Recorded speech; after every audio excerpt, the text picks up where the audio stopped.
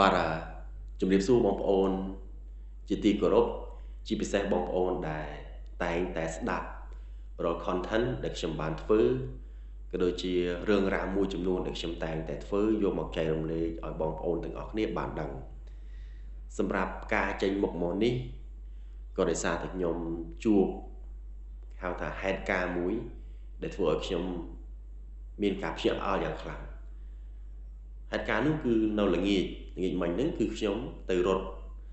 ជារៀងរាល់ថ្ងៃគឺខ្ញុំតែងតែរត់ពី5គីឡូដល់7គីឡូគឺរត់រាល់ថ្ងៃនៅកំពង់សោម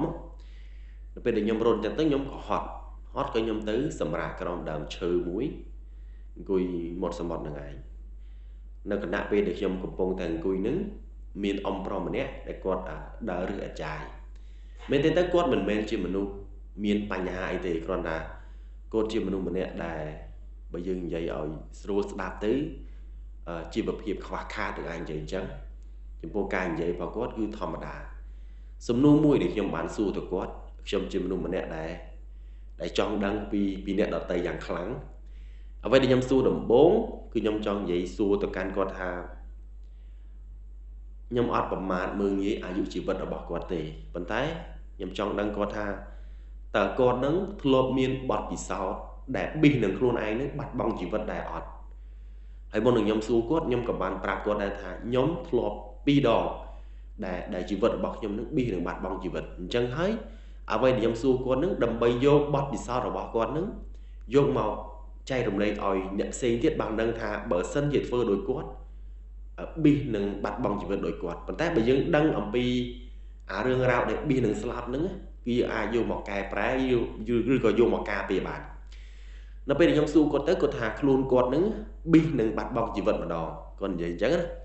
ហើយខ្ញុំសួរគាត់ថាតើប៊ីសនឹងបាត់បង់ជីវិតនឹង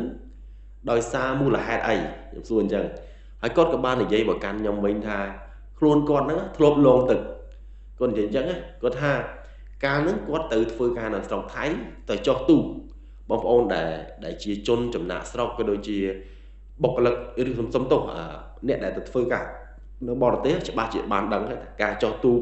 មិននឹងជួបហេតុការណ៍ខ្លះគាត់ថាខ្លួនគាត់នឹងប៊ីនឹងស្លាប់នៅលើទូកដោយសារតែគាត់អត់ចេះហែលទឹកតែគាត់ទៅធ្វើការនៅលើទូកអញ្ចឹងទៅគាត់ថាលើកហ្នឹងគឺធ្វើឲ្យគាត់មានការភ័យខ្លាចយ៉ាងខ្លាំងហើយមួយទៀតខ្ញុំក៏សួរទៅកាន់គាត់ថាតើហេតុការណ៍អីដែលគាត់នឹងមិនអាចបំភ្លេចបាននៅក្នុងជីវិតរបស់គាត់ដែលពេលខ្ញុំសួរគាត់ហ្នឹងខ្ញុំមិនមែនសួរអញ្ចឹងទេខ្ញុំសួរគាត់ថាបើគេយកជីវិតរបស់គាត់ទៅធ្វើជាខ្សែភាពយន្តណាតើចំណុចណាដែលគាត់ចង់ដាក់បញ្ចូលគាត់បាននិយាយថាក្នុងមជ្ឈជីវិតរបស់គាត់មានវិបដិសារីម្ដង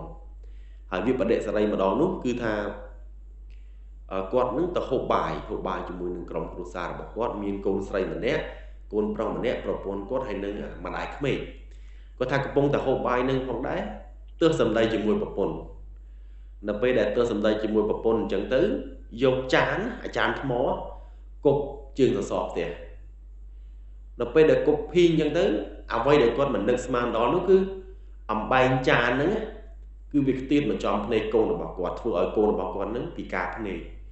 គាត់ថាបត់ពិសោធន៍ហេតុការណ៍ពេលហ្នឹងទោះបីជាគាត់ស្លាប់ក៏មិនអាចបំភ្លេចរឿងរ៉ាវដែលបានកើតនឹងបានទេអានេះគឺជាអ្វីដែលគាត់បានប្រាប់ខ្ញុំហើយខ្ញុំសង្ឃឹមថា